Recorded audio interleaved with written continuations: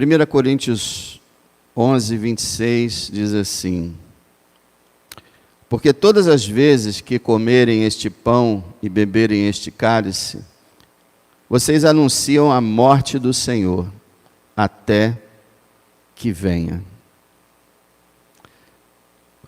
O que seria o melhor a se fazer em 2026? É interessante que a gente já começou com o melhor, né? O que a gente poderia fazer de melhor em 2026? Nosso Senhor dá uma dica para nós. Verso 24. Tendo dado graças, o partiu e disse: tomai e comei, este é meu corpo que é partido por vocês. Agora olha essa frase: façam isso em memória de mim. Semelhantemente, também, depois de cear, tomou o cálice, dizendo: este cálice é o novo testamento no meu sangue. Façam isso todas as vezes que beberdes, em memória de mim. O que é o melhor a se fazer em 2026? O Senhor disse 2 vezes: façam isso em memória de mim. O mais importante em 2026 é lembrar do nosso bendito Senhor e Salvador Jesus Cristo. E não esquecer dele. Isso é o melhor que nós temos a fazer esse ano. Sabia disso? Mais do que qualquer coisa que você possa imaginar. Qualquer boa obra que você possa pensar. Mais do que se você desse o seu corpo para ser queimado. Ou pegasse todas as suas posses e doasse.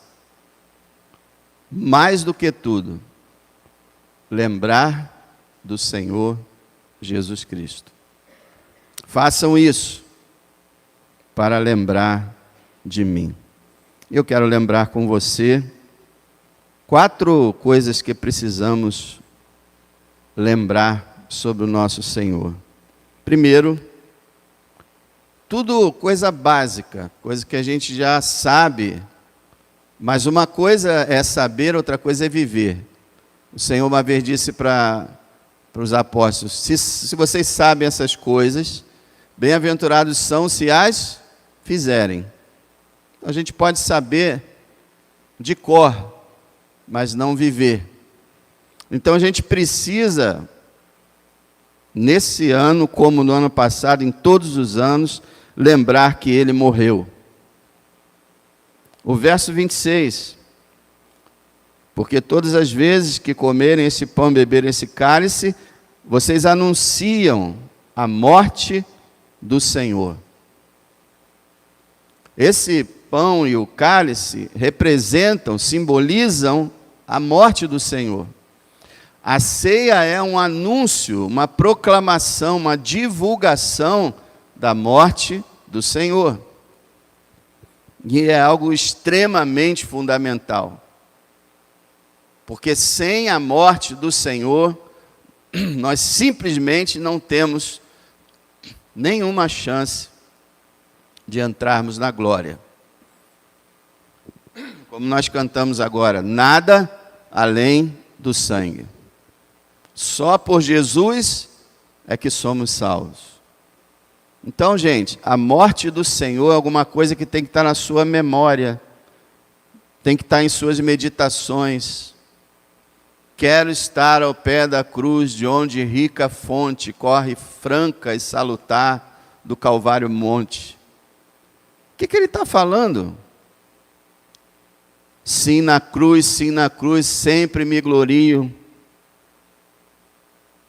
Estar ao pé da cruz, o que é senão lembrar da cruz? Como se você fosse João.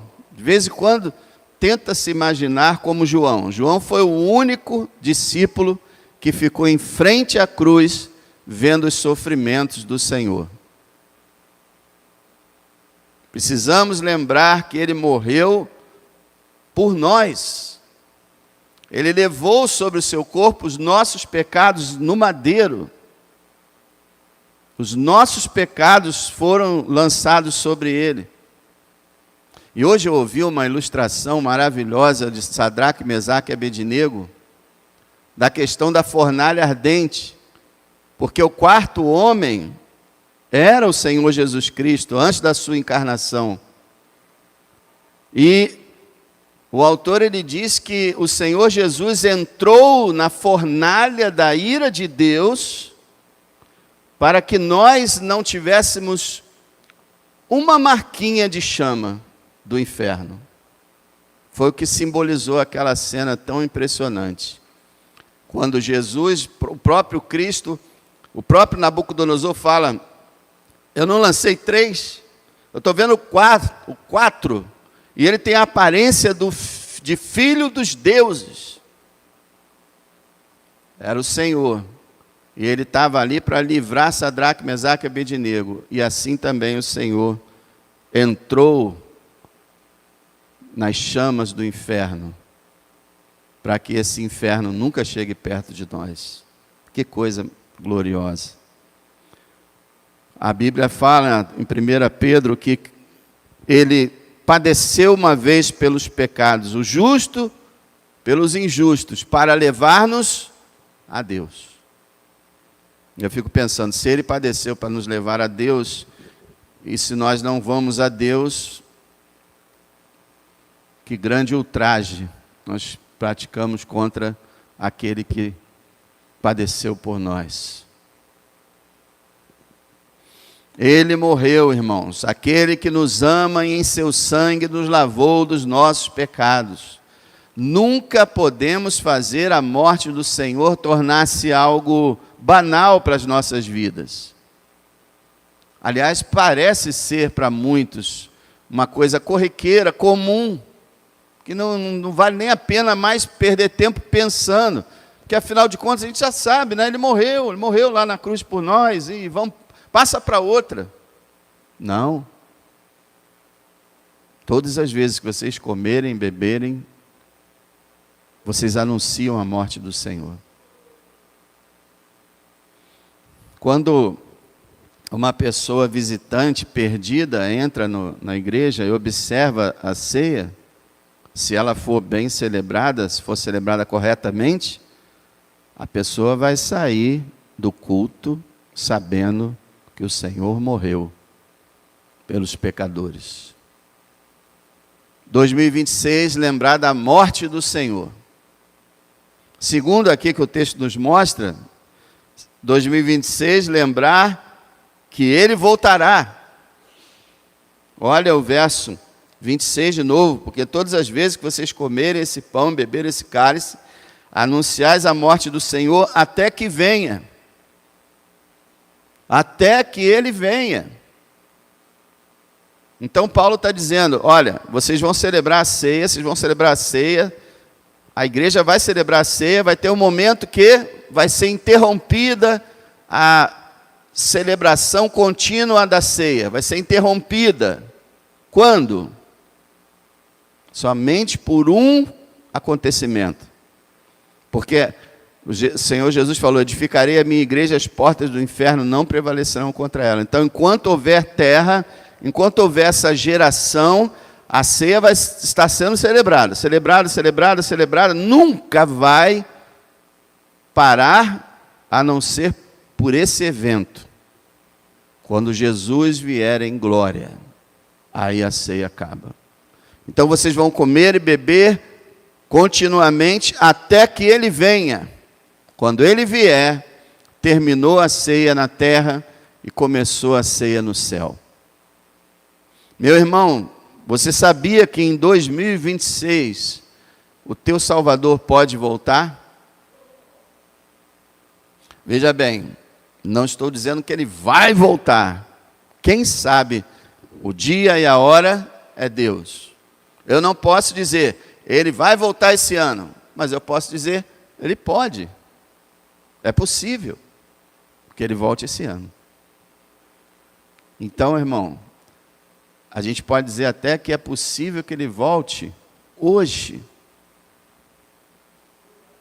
E Jesus, Ele disse, olha, vigiem, orem, porque vocês não sabem a hora em que o Filho do Homem vai voltar.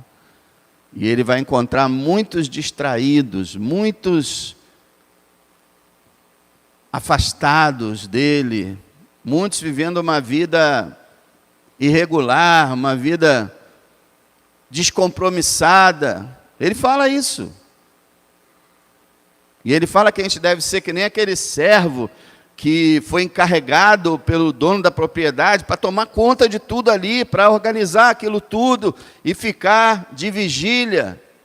Mas ele diz que quando o Senhor volta, encontra o servo embriagado, deixando tudo de lado, e então ele será castigado eternamente.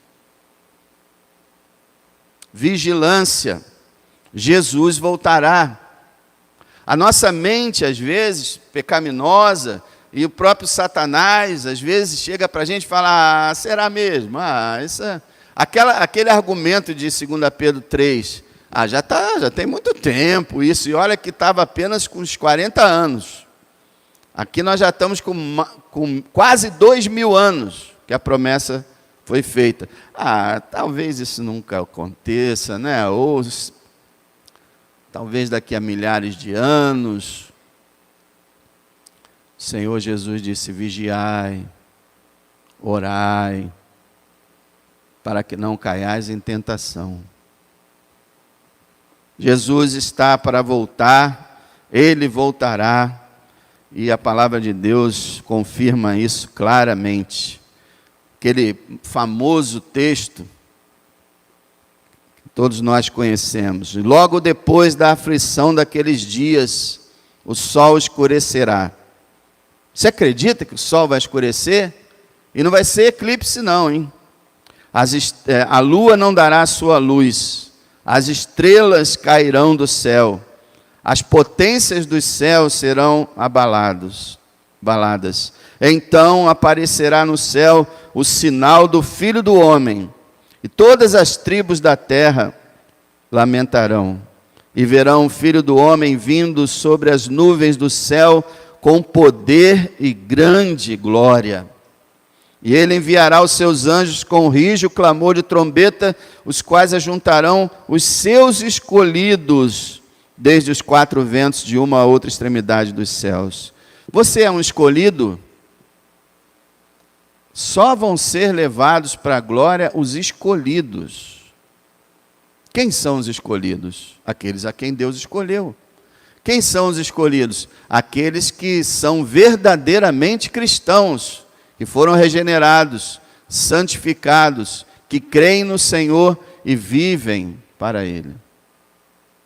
2026, nós devemos manter em nossa memória que Jesus virá. Isso deve ser uma coisa emocionante para nós. Toda vez que cantamos um hino que fala disso, devemos nos emocionar, devemos viver em grande expectativa. A demora não deve diminuir a espera.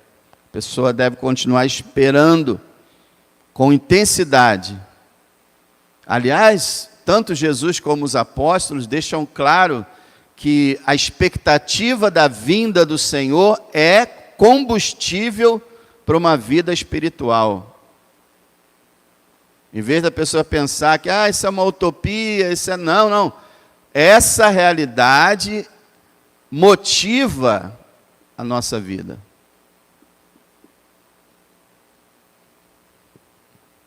Lembremos que Ele voltará. Terceiro lugar, lembremos que Ele está vivo. O verso 26 é interessante, ele diz, porque todas as vezes que comerem esse pão e beberem esse cálice, anunciais a morte do Senhor até que venha. Não tem uma coisa faltando aqui? Vocês anunciam a morte do Senhor até que venha, mas Ele não morreu? Como é que Ele vem? E eu não entendo, talvez até para que a gente fizesse esse raciocínio, para que a gente colocasse um parêntese aqui, é que o apóstolo Paulo deixou. Ele poderia escrever, vocês anunciam a morte do Senhor, o qual ressuscitou até que ele venha. Mas não, ele diz simplesmente, ele morreu, mas ele vem. Então, embutido no meio desse ele morreu, mas ele vem, está o fato de que ele venceu a morte. Então, quando nós celebramos a ceia, não lembramos apenas da sua morte e da sua segunda vinda, mas lembramos que ele venceu a morte, ele ressuscitou. E por que isso é importante? Porque ele ressuscitou para também nos dar o poder de sermos ressuscitados. Ele nos deu essa glória, essa alegria de um dia vencermos a morte. Outra coisa importante, ele está vivo. Não é por, não, só quando ele voltar que eu vou. Não, ele está vivo hoje. Ele está vivo agora. E pelo seu Espírito, ele está dentro de você. Você que é cristão, ele está dentro de você. E ele está presente nesse lugar. Pelo seu Espírito, em sua divindade, ele está presente no universo inteiro. Ele está vivo. Onde ele está agora? Como homem, ele está onde? Assentado à direita de Deus. Ele está vivo. O que significa isso? Você pode buscá-lo. Ele vive. Não é um Senhor morto. Não são esses ídolos malditos que a humanidade cria e adora.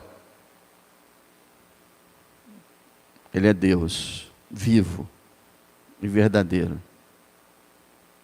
Eu já falei aqui uma vez que um dos primeiros cumprimentos dos cristãos, logo após o Senhor ter subido e passou a se cumprimentar assim, quando um cristão encontrava o outro, não era a paz do Senhor, não. Eles diziam assim, ele vive. Aí o outro sorria e dizia também, ele vive.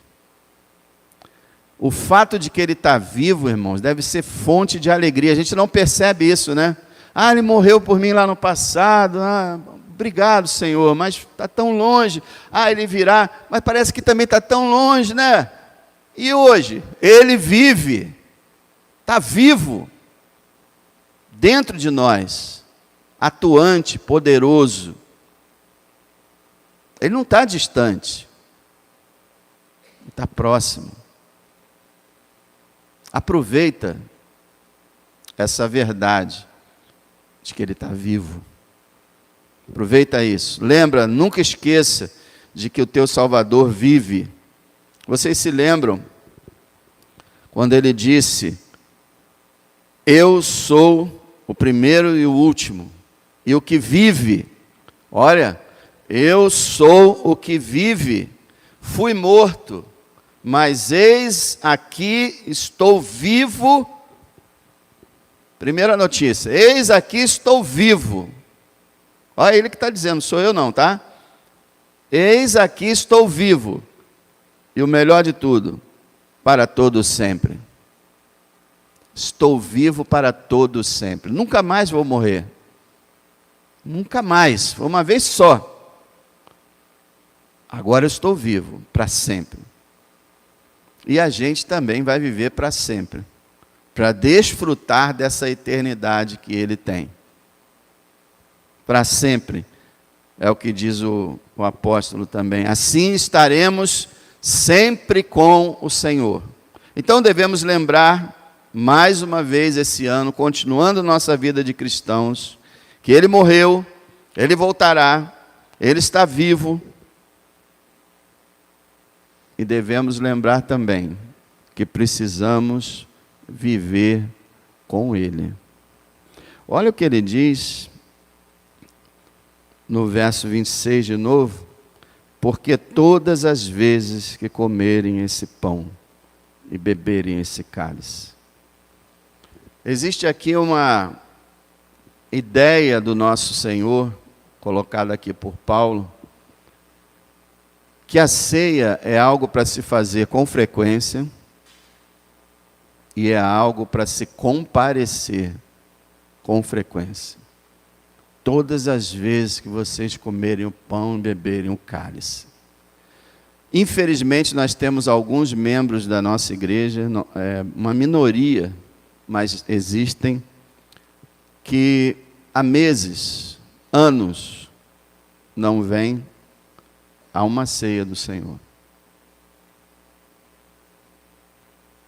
É muito difícil isso.